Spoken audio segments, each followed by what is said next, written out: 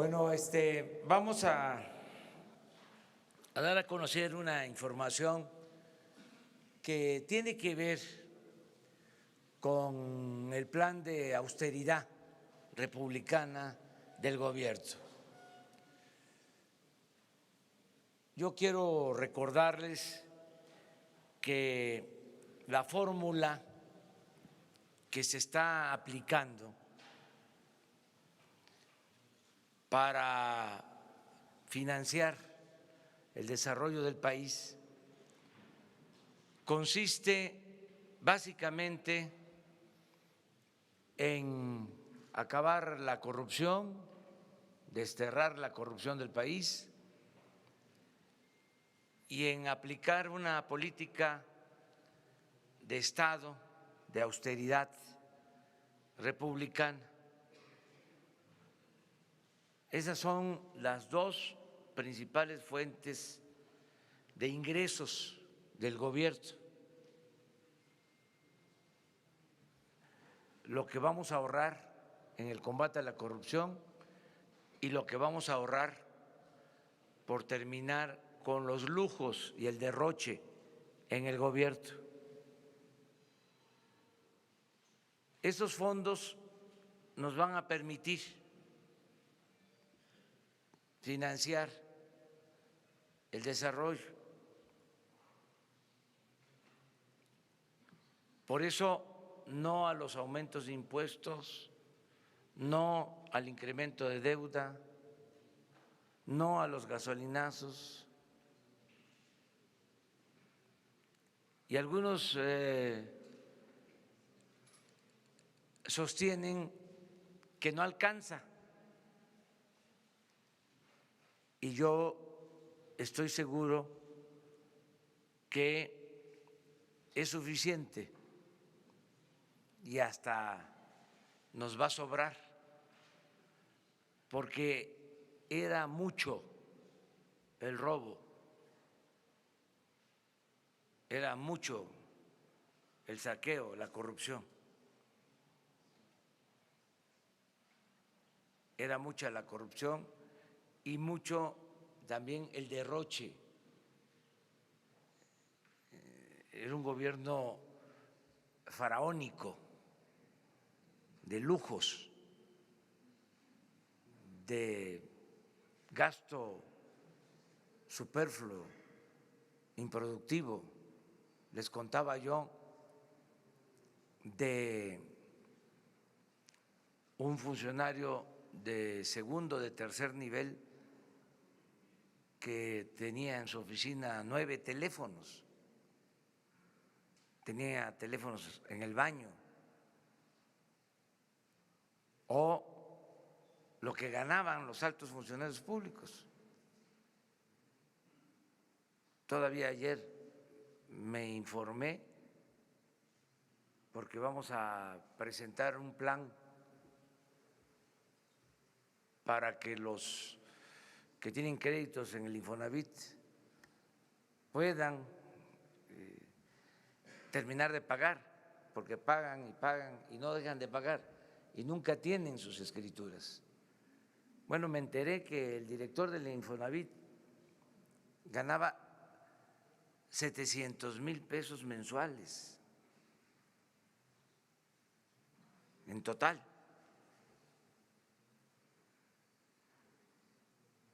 Entonces, sí nos va a alcanzar. Y como parte de eso, pues vamos a vender aviones, helicópteros y vehículos que ya no necesitamos, porque es otro gobierno. Entonces ahora les vamos a presentar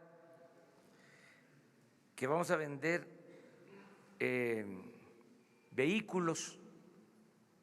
Va a haber un tianguis el 23 y el 24 de febrero y les hicimos este video y se van a poner en venta vehículos.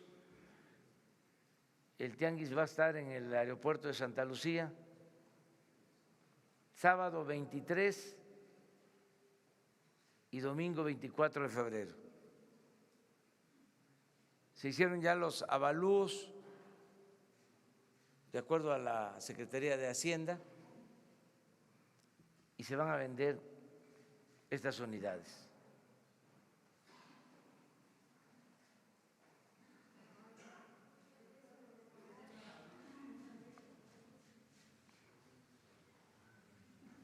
Ahora la repiten para que…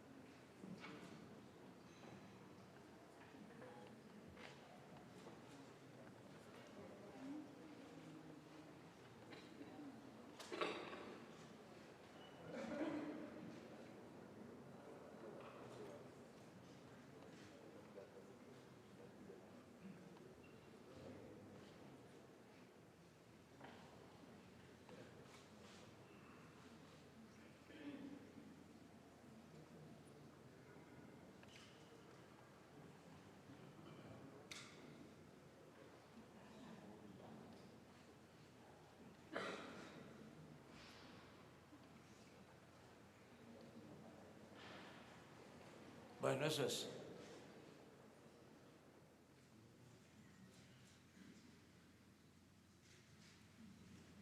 Es el precio de lo que costaron y el avalúo, que es el precio de salida para la subasta.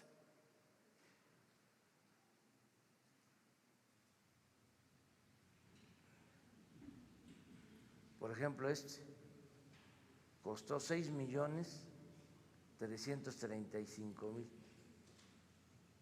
un Audi blindado. Esta es línea FIFI.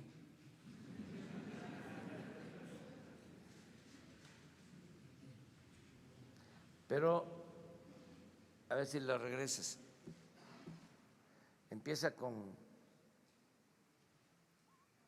1.991.000. Vamos a tener cuidado, vamos a pedirle ahí a la Fiscalía General y a Gobernación que estén pendientes para los que van a comprar, que sea gente pues que se dedique a actividades lícitas.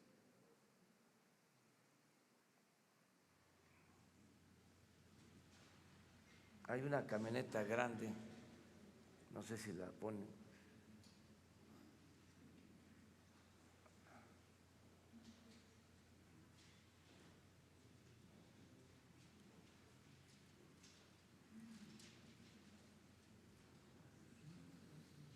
Esa,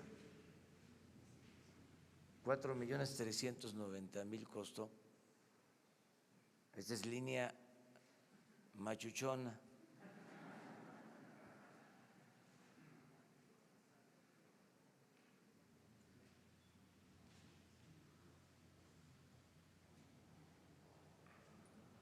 Queremos obtener alrededor de 100 millones. Es para la Guardia Nacional, todo lo que se va a recaudar. Y el día 26 y 27 de abril se van a poner en venta también en Santa Lucía 76 aviones y helicópteros. Eso es una feria que se va a promover en Santa Lucía con ese propósito. Y también los recursos para la Guardia Nacional. Muy bien, esa era la información. Y ahora sí, vámonos a preguntas y respuestas. Ayer empezamos acá, vamos por acá.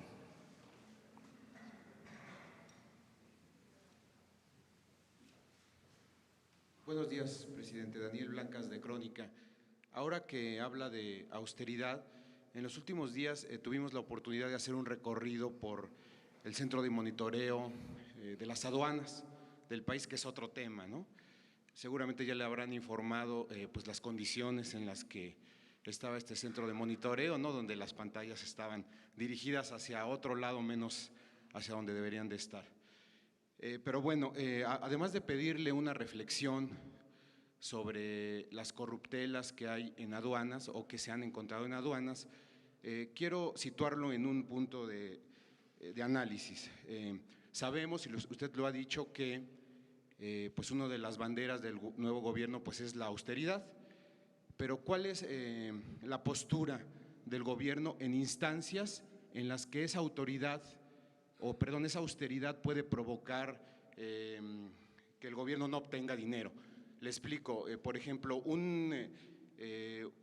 plaza menos en aduanas significa un semáforo que está abandonado o un monitor que no se ve hacia las aduanas. ¿Cómo se juega ahí el papel de la austeridad en instituciones en las que sí requieren personal? El administrador decía que al menos para ocupar esas plazas requiere alrededor de 2,000 personas que no tiene y que significan dinero que puede ingresar al gobierno. Entonces, pedirle esa reflexión respecto a las aduanas. Y la segunda pregunta es, en estados donde ha habido cambio de gobierno, pues se han ventilado, incluso aquí en la Ciudad de México, que había maquillaje de cifras. Es decir, que se escondían algunas cifras y que otras podían estar distorsionadas. ¿El gobierno federal ha encontrado en alguno de los ámbitos de acción maquillaje de cifras para estos fines?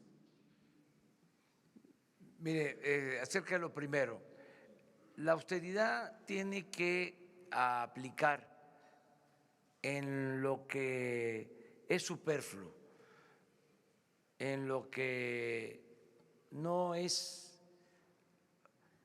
operativo, que no tiene que ver con el funcionamiento del gobierno para dar servicio a los ciudadanos o en lo que pueda significar el que haya más vigilancia o más recaudación, más ingresos. Es quitar todo lo que no es básico, fundamental. Por ejemplo, lo que tiene que ver con directores generales.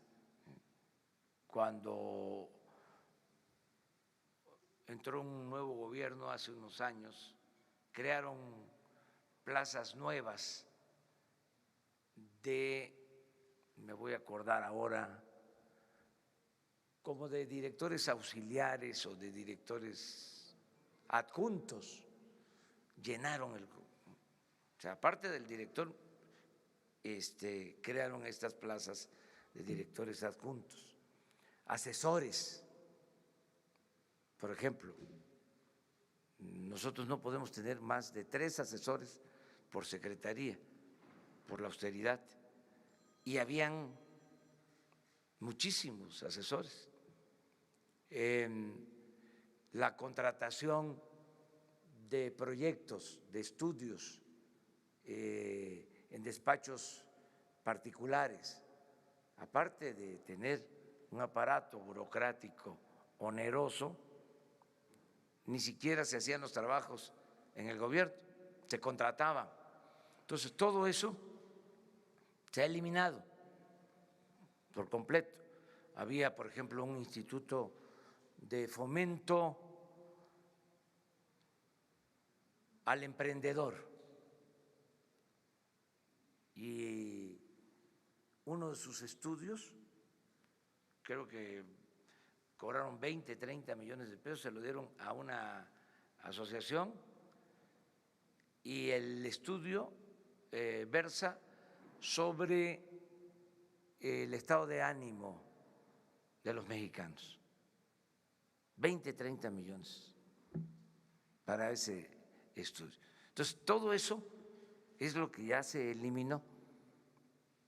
Las oficinas del gobierno en el extranjero, el ProMéxico, no hay en el país pro Francia o pro Alemania o pro Japón, y nosotros teníamos 60 oficinas en las principales ciudades del mundo con ProMéxico. Ahora todo lo atienden las embajadas, todo eso es ahorro, ¿no? Pero a lo que tú te refieres, eso es indispensable, eso hay que fortalecerlo. Y por lo general, cuando hacían ajustes, era lo que sacrificaban. Nosotros tenemos que apoyar eso.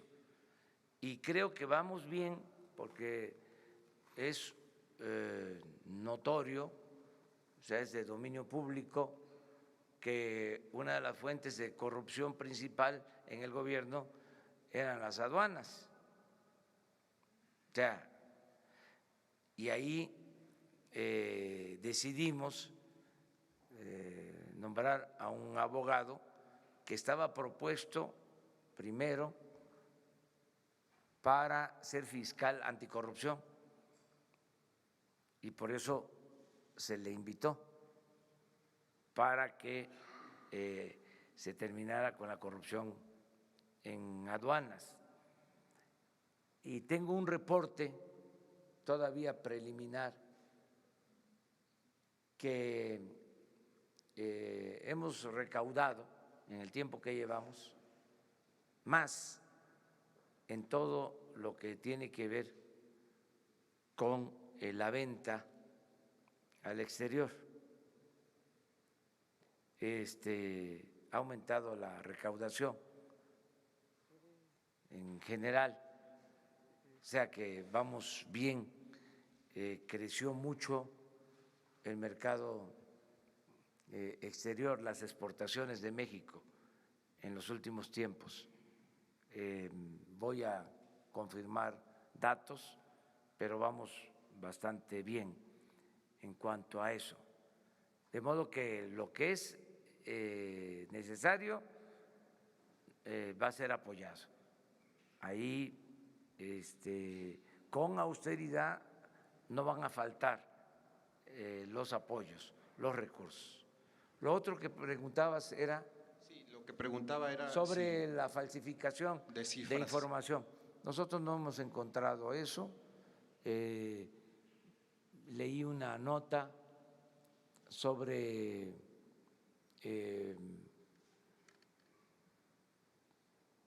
maquillaje en la producción de petróleo crudo, pero no está confirmado.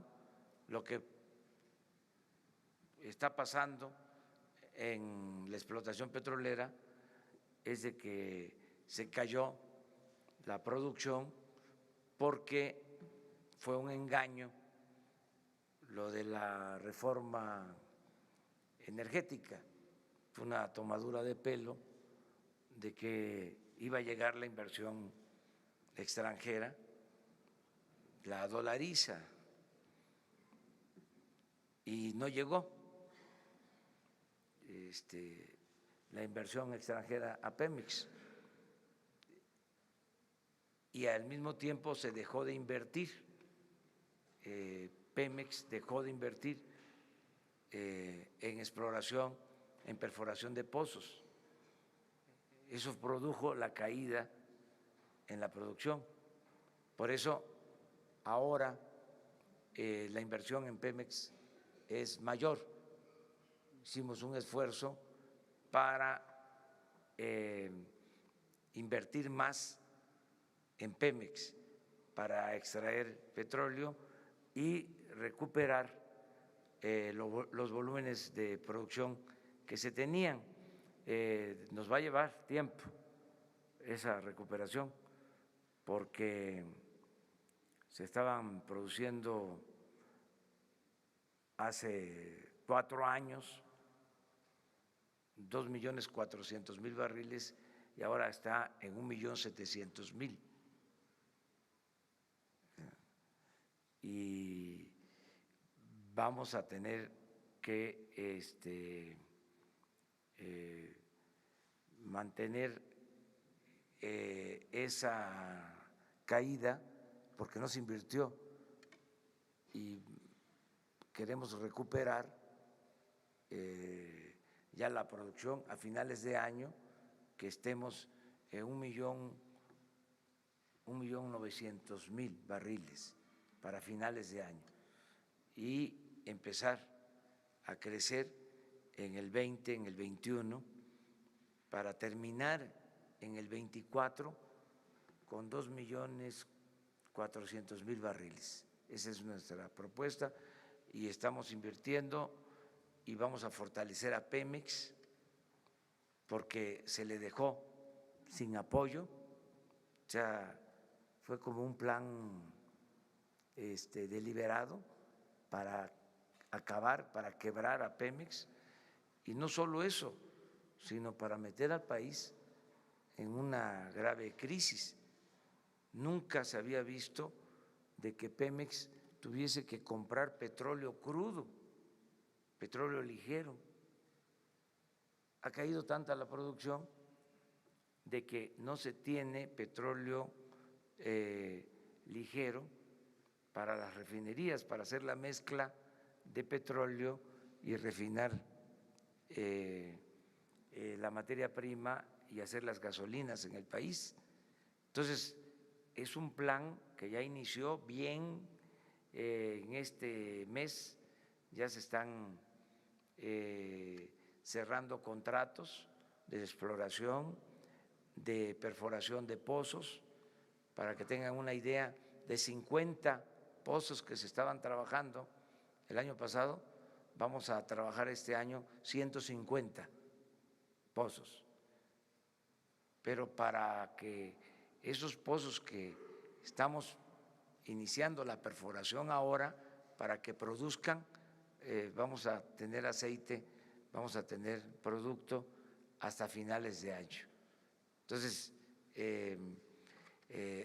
eso es prioritario, pero no significa que haya falsificación de información.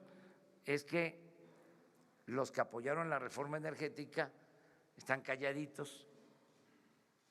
Estoy esperando todavía que ofrezcan disculpa. No nos han ofrecido una disculpa pública, no dicen nada y cometieron un grave error en confiar en que al entregar contratos con las llamadas rondas iba a llegar la inversión extranjera. De los 107 contratos que entregaron, no se ha producido un solo barril de petróleo, no ha habido inversión. Y al mismo tiempo, si pensamos de buena fe, pues se equivocaron pensando de que como iba a llegar la inversión extranjera, no hacía falta la inversión pública y dejaron a Pemex sin apoyo y produjeron la crisis en la producción de petróleo. Pero ya lo estamos arreglando, vamos a resolverlo.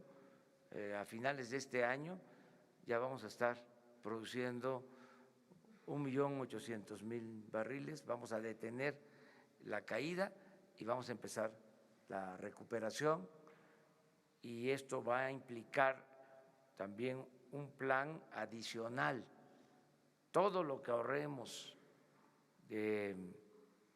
por evitar el robo de combustible para Pemex. Y no va a ser poco. Si seguimos como vamos, nos vamos a ahorrar como 40, 50 mil millones de pesos. Por ejemplo, ayer fue uno de los días en que menos combustible se robaron en la historia reciente. No sé si tengan por ahí la gráfica del robo de combustible.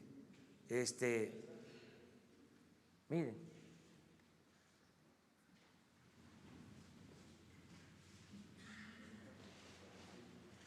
vean,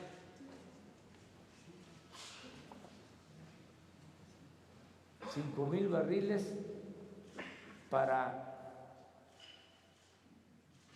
81,000 barriles promedio que se robaron en noviembre.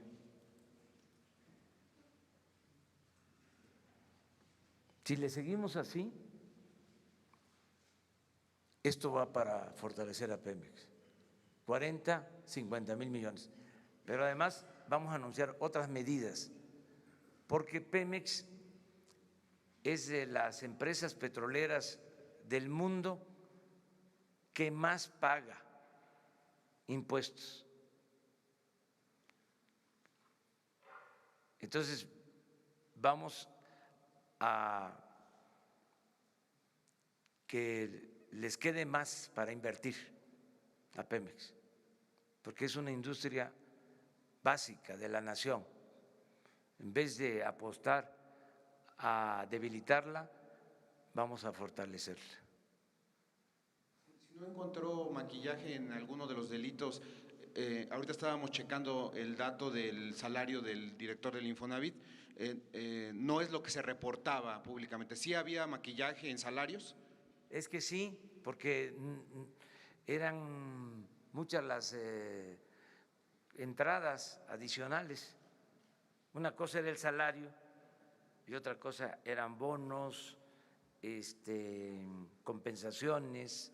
En la suma daba 600, 700 mil pesos, la suma. Nosotros tenemos como compromiso el transparentar la nómina. Nos va a llevar tiempo, pero la idea es de que los ciudadanos puedan saber cuánto ganamos los servidores públicos en total, cuánto gana un servidor público ya compacto, porque eso no se podía saber, no se sabía, porque eran muchas entradas de distintas maneras. Entonces, vamos a la transparencia completa en nómina, es un compromiso que tenemos.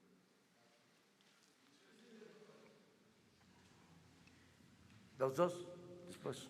Gracias. Buenos días, presidente. Alejandro Lelo, de la red Grupo Cantón y Diario Basta. Preguntarle, presidente, ayer se aseguran 2 buques en 2 Bocas, el puerto más importante para el tránsito de hidrocarburos, traen 880,000 litros de diésel.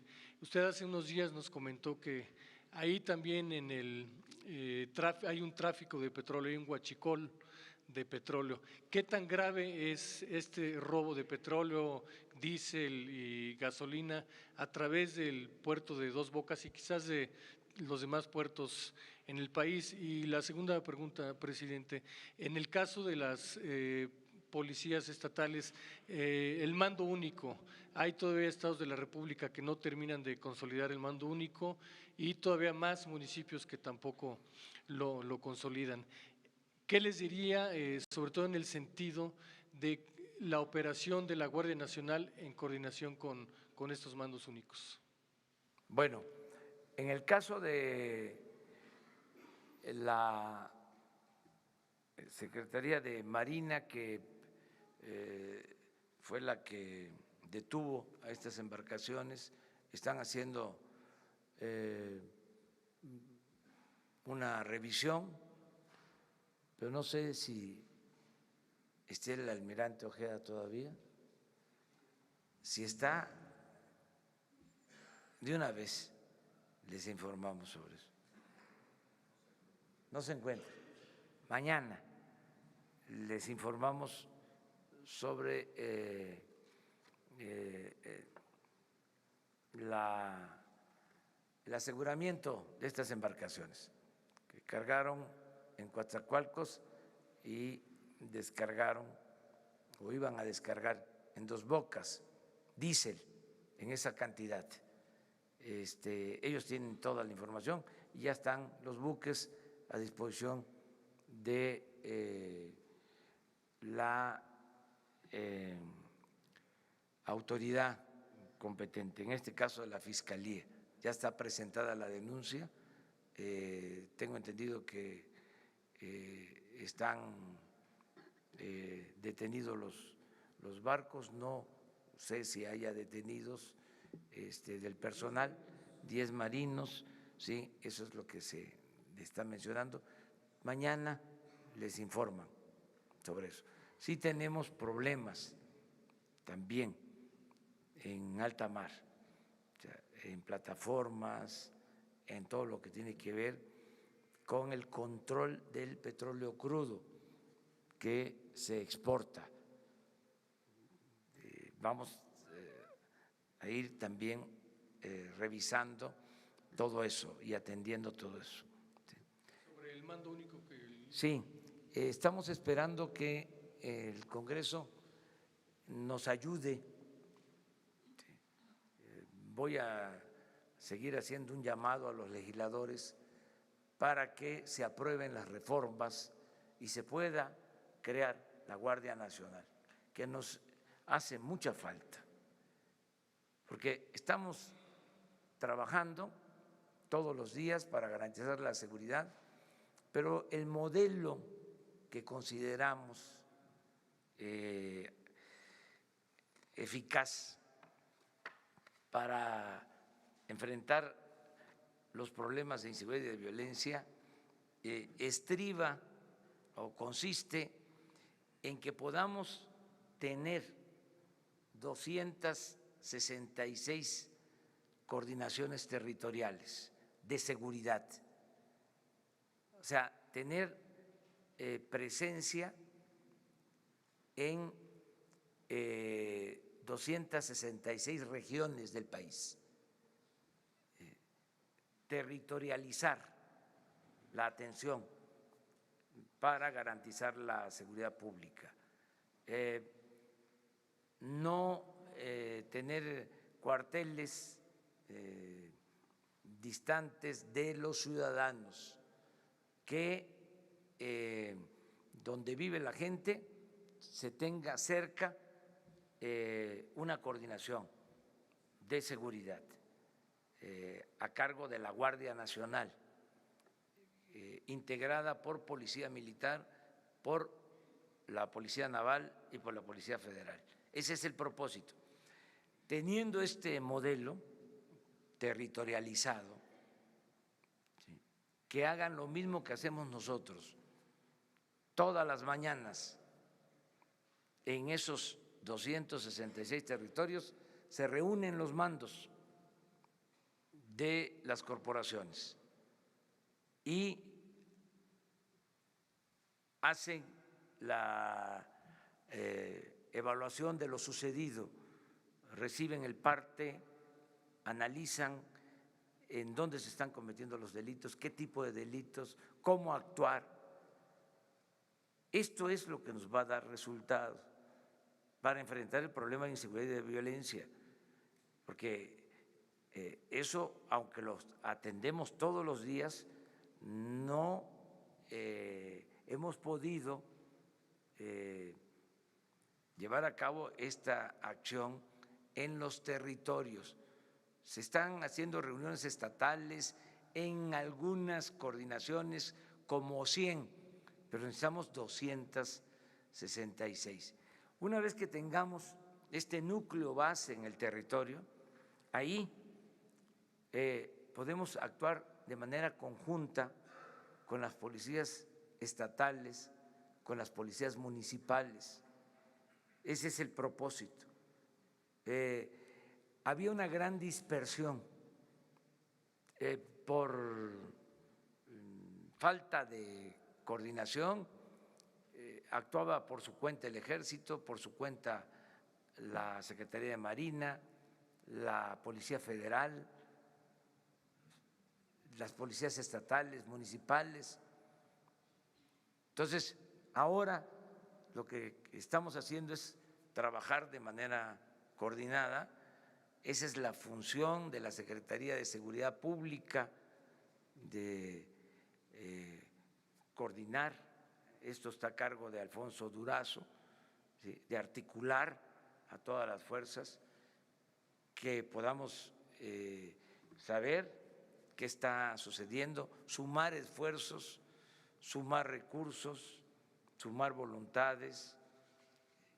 Hacia allá vamos, y esto es lo que nos va a permitir mejorar mucho la seguridad pública. Con los gobernadores estamos trabajando en este propósito y yo espero que una vez que se apruebe la reforma para la creación de la Guardia Nacional, vamos a avanzar bien. Hola, buenos días, señor presidente. Rosa Elena Soto, de Acústica Noticias. Preguntarle sobre el tema de los maestros en Michoacán.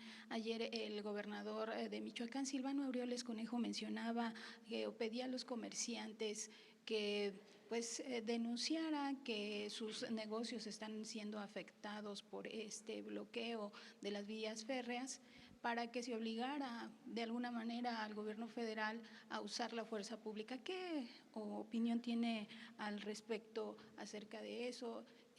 Ayer nos mencionaba que su gobierno no reprime, pero estas posturas de parte del gobierno que son regresivas de los gobiernos estatales, ¿qué opinión tiene al respecto?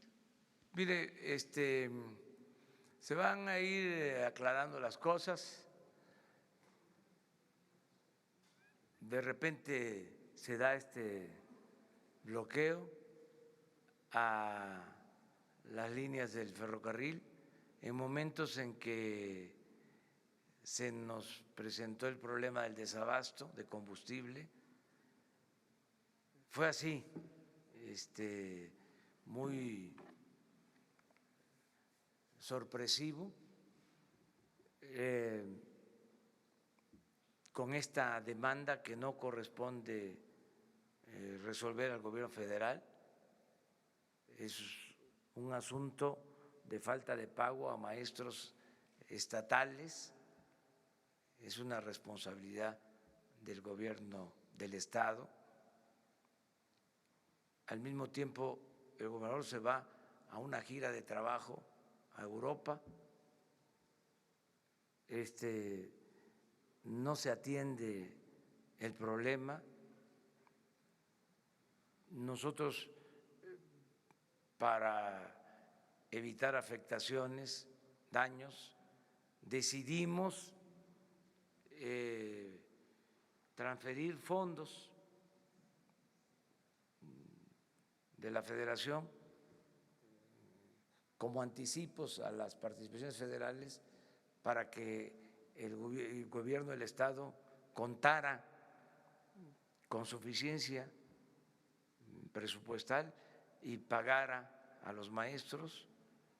Ya hicimos eso, ya se transfirieron los fondos. Entonces, que ahora se pide una solución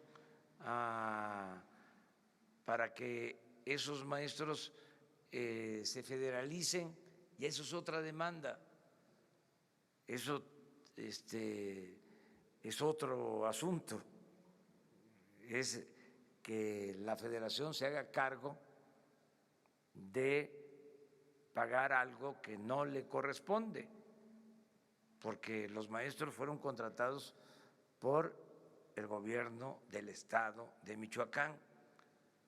Así como hay maestros federales, hay maestros estatales. Nosotros pagamos a los maestros federales, es nuestra responsabilidad, y no han faltado los pagos a los maestros federales. Entonces, estamos buscando la manera de resolver el asunto. No vamos a reprimir, no somos iguales. Lo que les dije ayer a los maestros, se los repito, y hay que ver si es la CENTE, quiénes son, porque nosotros no somos iguales a las autoridades anteriores o a las autoridades que apoyaron la mal llamada reforma educativa. Nosotros hemos actuado siempre en defensa del magisterio y lo vamos a seguir haciendo. Ya cumplí el compromiso de que se iba a reformar la Constitución o se iba a enviar un proyecto para reformar la Constitución y cancelar la mal llamada reforma educativa. Hemos atendido a los maestros que fueron víctimas de la represión, están saliendo de la cárcel maestros que les fabricaron delitos hasta de lavado de dinero. Nosotros no somos represores. Si es un asunto de otro tipo, pues va a quedar al descubierto. Yo hago un llamado a los maestros en general, porque a veces también los dirigentes no consultan a las bases. ¿Y cómo es eso?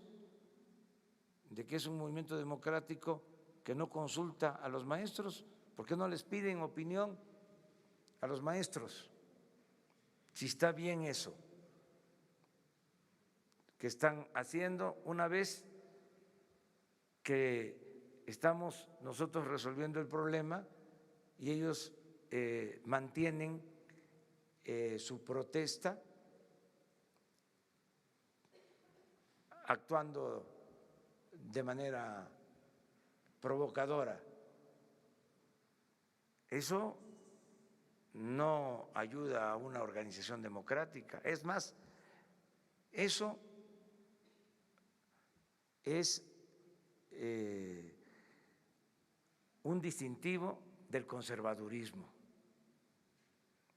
Eso no tiene nada que ver con la izquierda.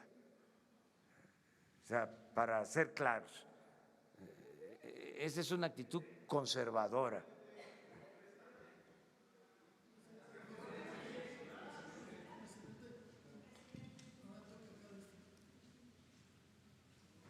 Buenos días, señor presidente. Daniela Barragán, Sin embargo.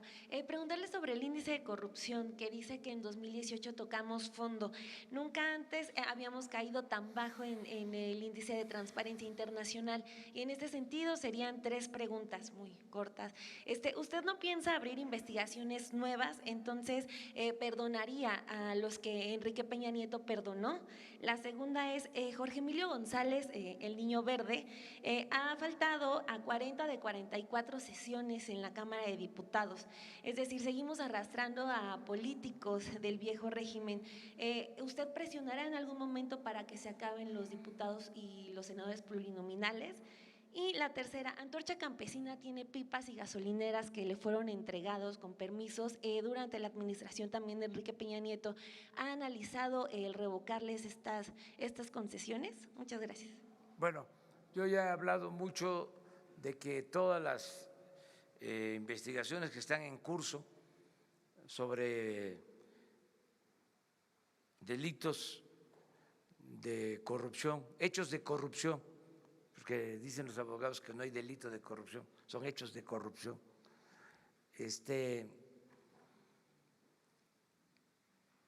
Tienen que continuar. No somos tapadera, pues, de nadie. Todas las investigaciones que están abiertas deben de definirse y castigarse a los responsables, que no haya impunidad. Ese es mi planteamiento. Al mismo tiempo, yo no quiero caer en lo espectacular de como lo hacían antes, ¿no? De que va a la cárcel este político y un pez gordo, ahí va, pura faramaya, y seguía el régimen de corrupción. O sea, son los chivos expiatorios. Entonces, ya, basta con eso. Entonces, yo estoy haciendo una condena, ¿sí?, política al sistema, al régimen neoliberal, que fue un desastre para México, porque no hubo ni siquiera crecimiento económico, lo que hubo fue crecimiento en la pobreza, sobre todo en la corrupción. Esto que acabas de mencionar sobre los índices de corrupción es muy claro. Vean lo de Transparencia Internacional, cómo estábamos en corrupción cuando empezaron a medir y cómo estamos ahora en el mundo. Es de los países, México, desgraciadamente, con más corrupción. Aclaro, corrupción en el gobierno y en la élite del poder, no en el pueblo. Porque el pueblo de México, y esa es la paradoja, es de los pueblos más honestos del mundo.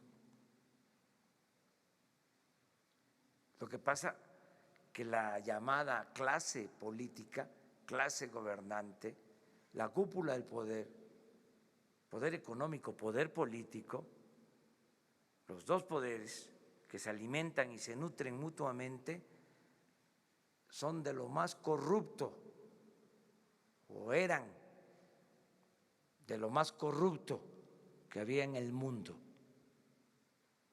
no el pueblo de México.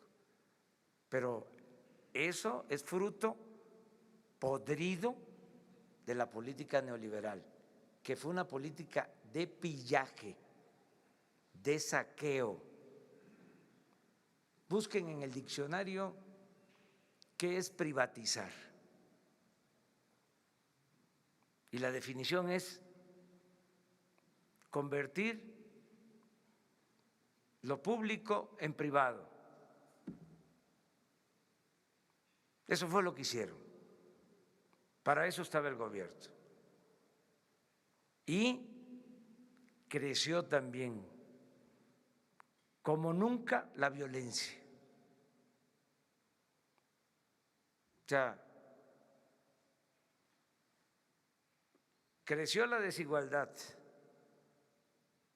Fíjense que cuando empezó la política de privatización, se profundizó la desigualdad en México como nunca. Y se puede probar con estudios del Banco Mundial. ¿Saben en qué sexenio creció más la desigualdad? En el sexenio de Salinas. Salinas es el padre de la desigualdad moderna. Estamos aquí hablando conceptualmente, o sea, no es un asunto político, es conceptual, o sea, de fondo. Entonces, más pobreza, más corrupción, más violencia. Mi condena es al régimen. Ahora, si queremos sancionar enjuiciar a responsables, vamos a los de arriba,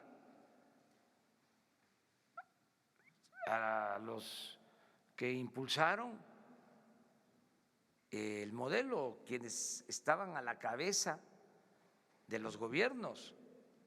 ¿Por qué abajo?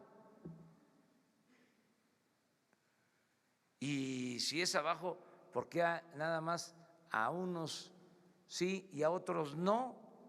Imagínense el daño que causaron quienes solaparon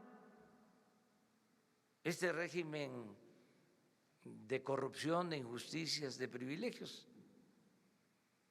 esta política antipopular, entreguista, a quienes hasta les pagaban para aplaudir. Todavía hay algunos que siguen defendiendo la política neoliberal. Es increíble, pero también pues somos libres, ¿no?, de pensar, pero en el fondo eso es lo que yo sostengo. ¿Qué otras cosas planteabas? Gracias, perdón. Sobre los permisos de Todo antorcha de pipas se está y investigando lo de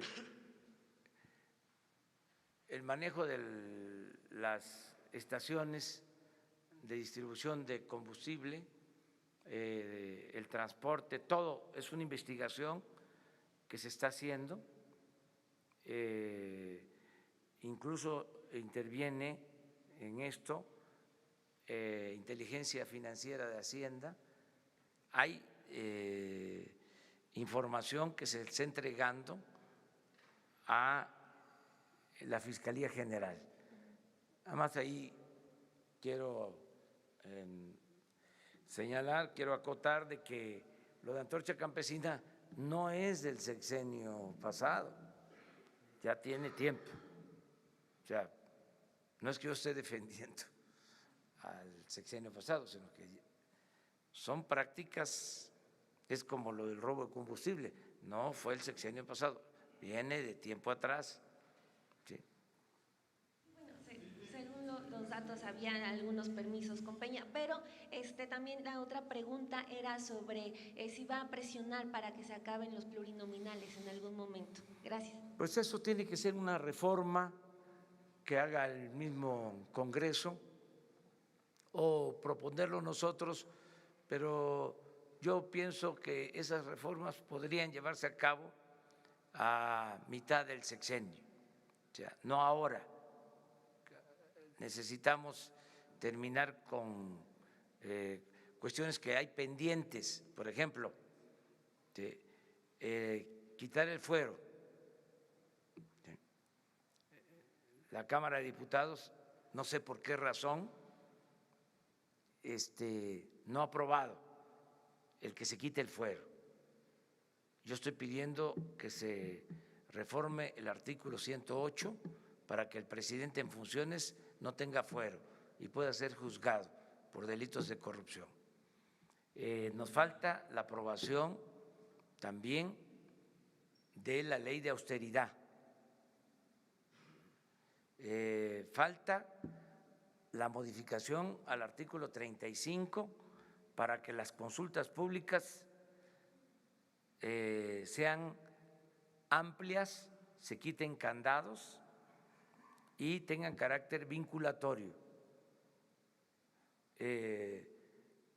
Falta también que se apruebe lo de la revocación del mandato. Yo hice el compromiso de que a los 3 años me voy a someter a la revocación del mandato y el pueblo va a decidir si quiere que yo siga en la presidencia o que renuncie. Y si los legisladores no reforman la Constitución, de todas maneras, de manera independiente, con ciudadanos se va a llevar a cabo la consulta, o sea, para la revocación del mandato. Pero es todo el marco legal que necesitamos.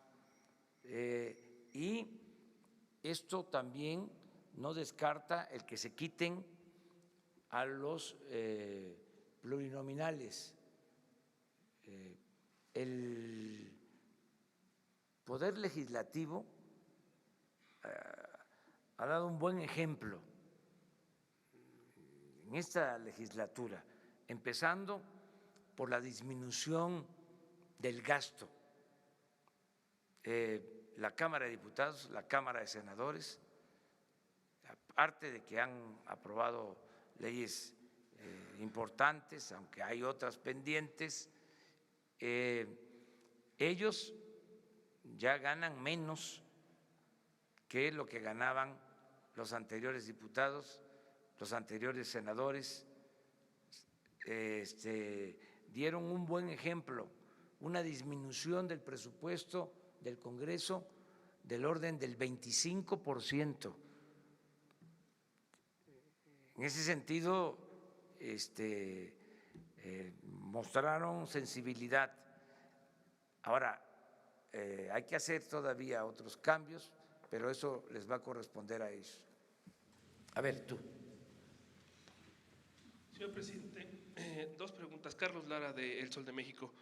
El día de ayer usted mencionaba justamente, presidente, de que había una empresa que pues había metido ante la Suprema Corte un recurso para la devolución del IVA.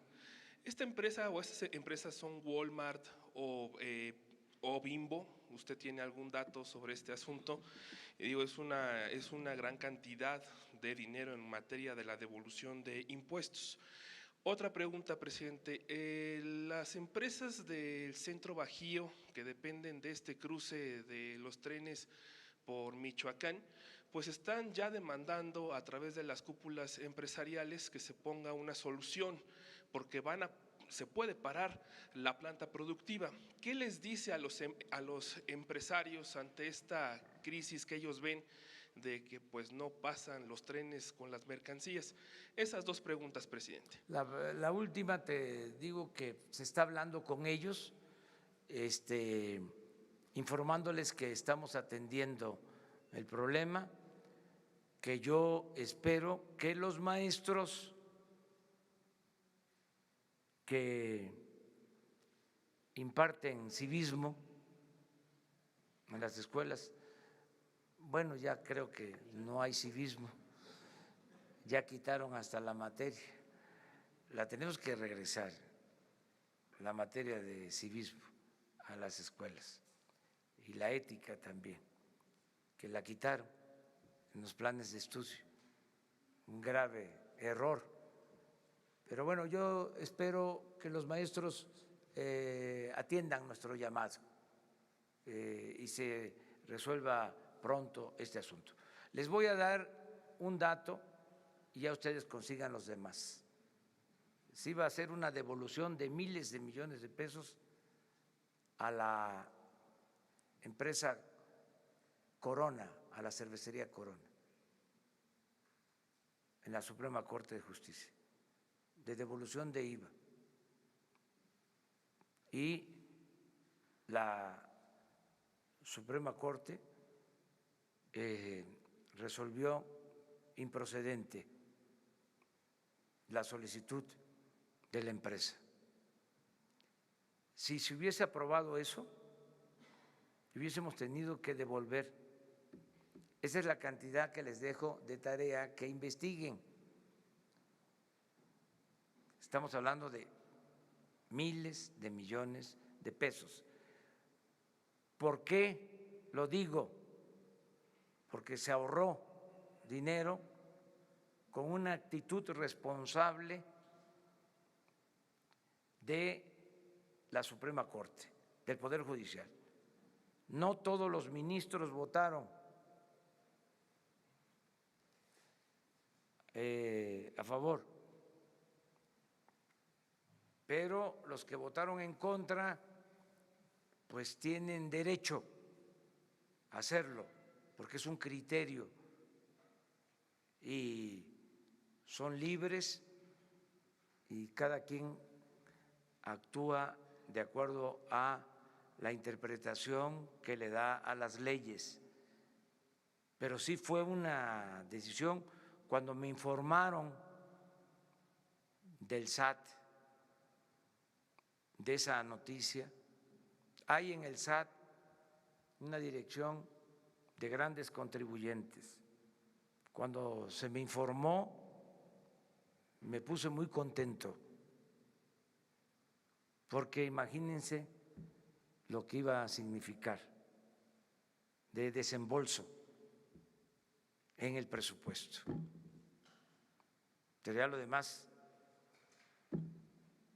les corresponde a ustedes. Ya se informan, si se informan bien, ya vengan aquí, ya nos dicen cómo estuvo.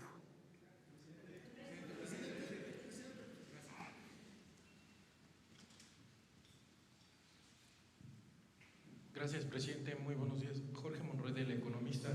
Dos consultas nada más. Ayer Jonathan Gell decía que todavía se conoce poco de los indicadores de diciembre, pero dice que según la tasa de desempleo y las importaciones sugieren una importante desaceleración en la economía del país. Preguntarle, presidente, ¿qué tan blindada está la economía para no hilar 3 periodos de desaceleración y caer en una recesión?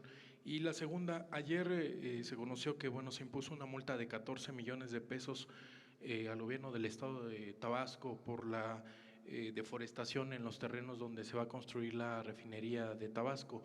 Preguntarle si de todos modos continuará adelante la construcción. Gracias.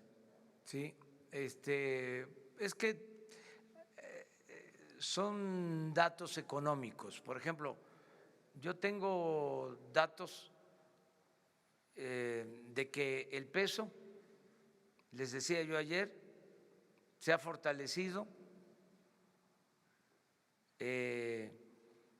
como no se había visto. O sea, en 20 años. Me refiero a que no se había mantenido una apreciación del peso en 8 semanas, o sea, como se ha logrado en los últimos tiempos, en 20 años. Esa es una información buena. Otra información buena es que crecieron las exportaciones, o sea que hay superávit comercial en el inicio del gobierno.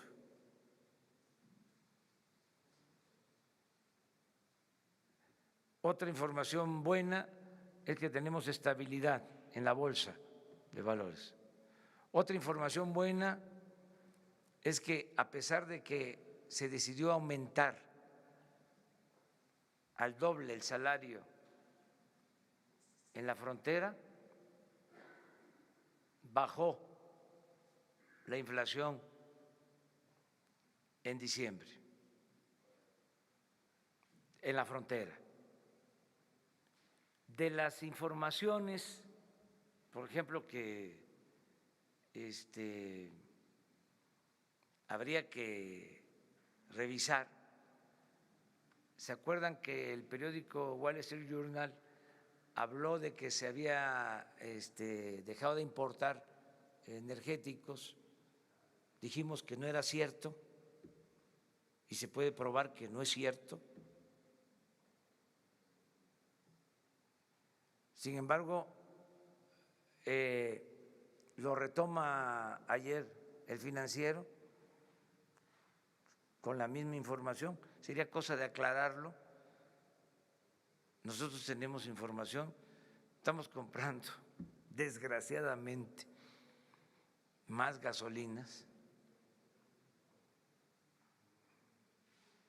O sea, estamos importando más, pero el Wall Street Journal dice lo contrario. Entonces es cosa de dar a conocer nuestros datos mañana o pasado, porque ya lo vi repetido también en otra agencia internacional de finanzas asociada con El Financiero, el periódico de México. No sé cómo se llama la agencia internacional, también seria, Bloomberg. Entonces, es Wall Street Journal y Bloomberg que sostienen que bajamos las importaciones de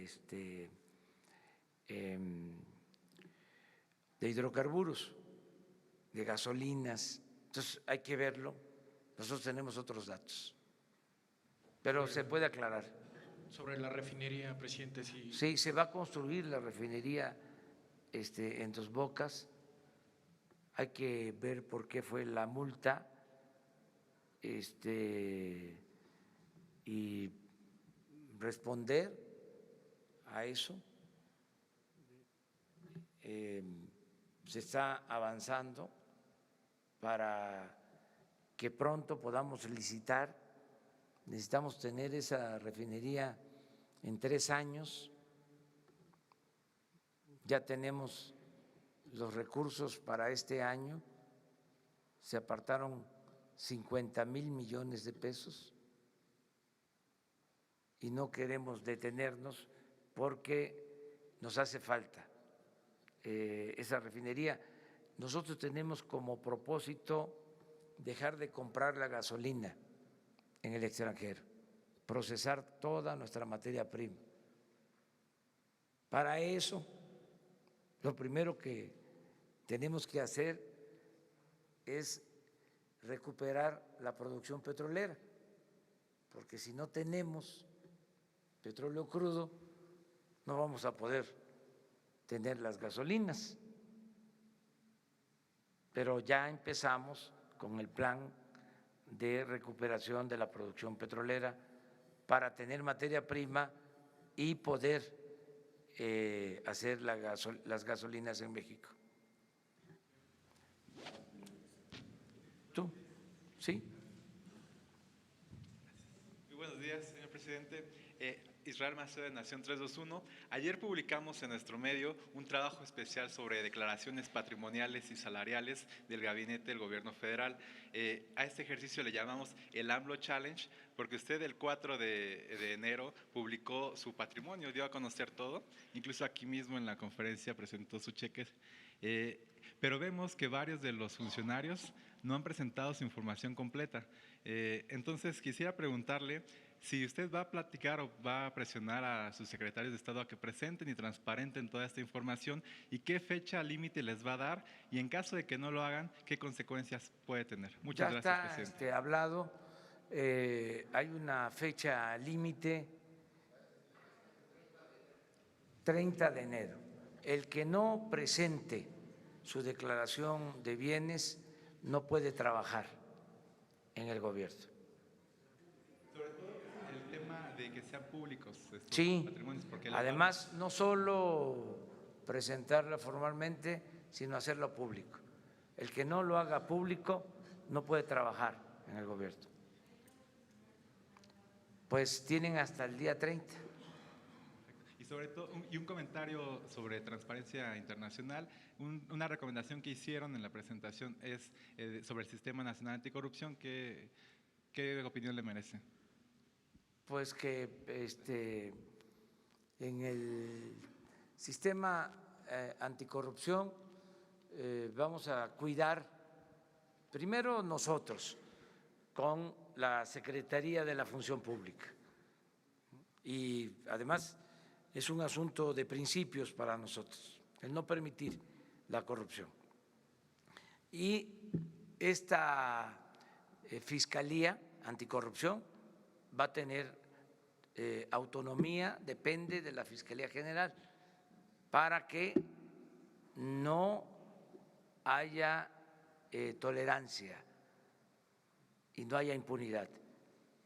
Crearon eso, el Consejo de Anticorrupción, la Fiscalía Anticorrupción, pensando de que iba a ser como otros organismos que han creado para la simulación, pero eso ya se terminó.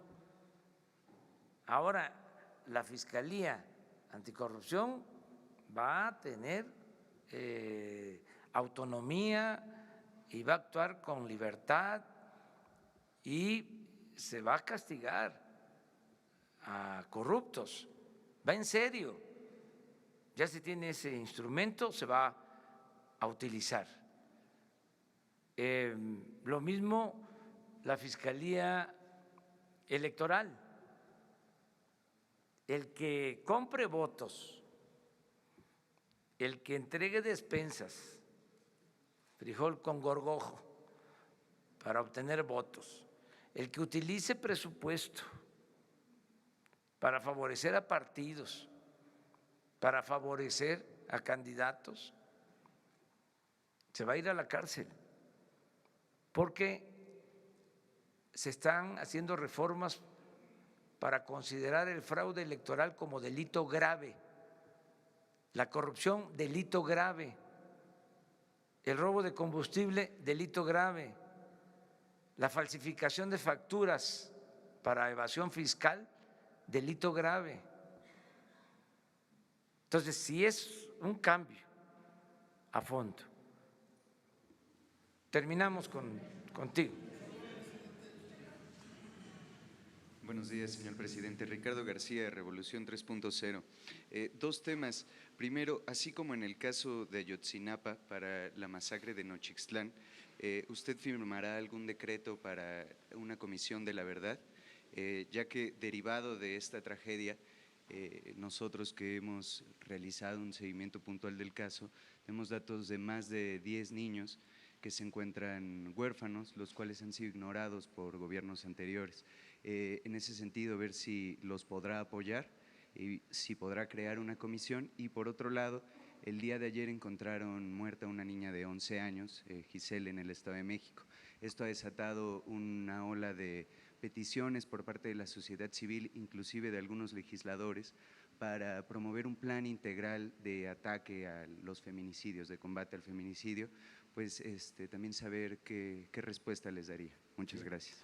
Mire, habíamos quedado de que se iba a hacer la presentación del programa de defensa, de protección de derechos humanos y de atención a víctimas. Yo le voy a pedir a la secretaria de Gobernación, Olga Sánchez Cordero, y a Alejandro Encinas, que les hagan un planteamiento aquí. ¿Tiene pensado firmar algún tipo de decreto para una comisión de la verdad? Si hace falta, lo hago, como lo hice en el caso de Ayotzinapa. Y ya en este caso hay avances, entonces vamos a aprovechar para que les presenten pues toda la política que vamos a llevar que estamos llevando a la práctica y todo lo que se necesite. Es nuestra responsabilidad. Si hace falta, yo firmo este acuerdo y desde luego que la atención a los niños es prioritario. Ahora mismo vamos a platicar contigo, que nos den el trabajo de investigación que están realizando, digo que nos den información y nosotros vamos a actuar. ¿Y en su sexenio podremos ver una política integral de combate al feminicidio, señor presidente? Sí. Muchas gracias. Yo espero, no solo eso, espero que podamos reducir la violencia y en particular los homicidios, que son muchos. Me preocupa que tengamos en promedio hasta 80 homicidios diarios. Duele mucho. Y de los homicidios en general, feminicidios, ¿sí? Y esto de Chimalhuacán de ayer, todo esto es muy doloroso, muy preocupante. Estamos trabajando para evitar todo esto. Yo quiero también llamar la atención sobre algo. Si logramos que mejoren las condiciones de vida y de trabajo, que haya empleo, que haya ingresos, que se detenga el grave problema de la desintegración familiar, porque el neoliberalismo no solo causó un daño en lo económico, en lo material, sino destruyó familias, creció mucho el problema de la desintegración de las familias. Eso no está medido, no es como la tasa de crecimiento económico, pero el crecimiento de divorcios en este periodo, ¿sí?, fue elevadísimo. Se rompieron familias y la familia es fundamental, es la institución de seguridad social más importante del país. Entonces, todo esto lo tenemos que ir arreglando y en esa medida vamos a ir creando las condiciones para bajar la delincuencia. Las cárceles están llenas de jóvenes. La mayoría de los que pierden la vida son jóvenes. Este es fruto podrido del modelo económico neoliberal. Es uno de los saldos más dolorosos. Entonces, atender estas causas nos va a ayudar mucho a resolver el problema hacia adelante, porque no solo es tener más policías, tener más soldados, hacen falta, también en eso hay un rezago, pero lo más importante es sentar las bases del bienestar, o sea, luchar por una sociedad mejor en todo sentido, en lo material, en lo espiritual, una sociedad con valores. Por ejemplo, el crecimiento del consumo de droga es preocupante, porque una cosa es el comercio, el tráfico, y otra cosa es lo que ha crecido el consumo en una sociedad que no tenía esos hábitos, porque por los valores que habían en las familias, que se mantienen todavía, pero que habían más en las familias, que se alteraron en este periodo neoliberal, por la desintegración de las familias, creció el consumo de droga. Entonces, tenemos que enfrentar eso. De ahí la importancia que tiene el trabajo con los jóvenes, ¿sí?, desde la familia, pero también con los jóvenes, buscando que haya tutela, que haya tutores, que si no está el padre, un familiar, un maestro ayude como tutor. Esto que estamos haciendo de emparejar a jóvenes con maestros mecánicos, con maestros electricistas, con operadores, para que vayan aprendiendo oficio, pero no es nada más aprender el oficio, es que el maestro vaya orientando al joven para que no sea tentado y no tome el camino de las conductas antisociales. Es una reflexión, o sea, tenemos que atender las causas. ¿Sí? Y yo espero que eso va a dar resultados, porque tenemos una gran reserva de valores en nuestro pueblo, a pesar de que han querido acabar con esos valores, no han podido. O sea, el individualismo no ha podido, el egoísmo no ha podido, el consumismo no ha podido, el lujo barato no ha podido, el apostar a los bienes materiales no ha podido con los valores que existen todavía en las familias, en los pueblos, en la sociedad mexicana. Y eso es lo que nos va a permitir la regeneración de la vida pública. Esa es la apuesta, y hacia allá vamos. Y yo creo que vamos a lograr ese propósito. Muchas gracias. Nos vemos mañana.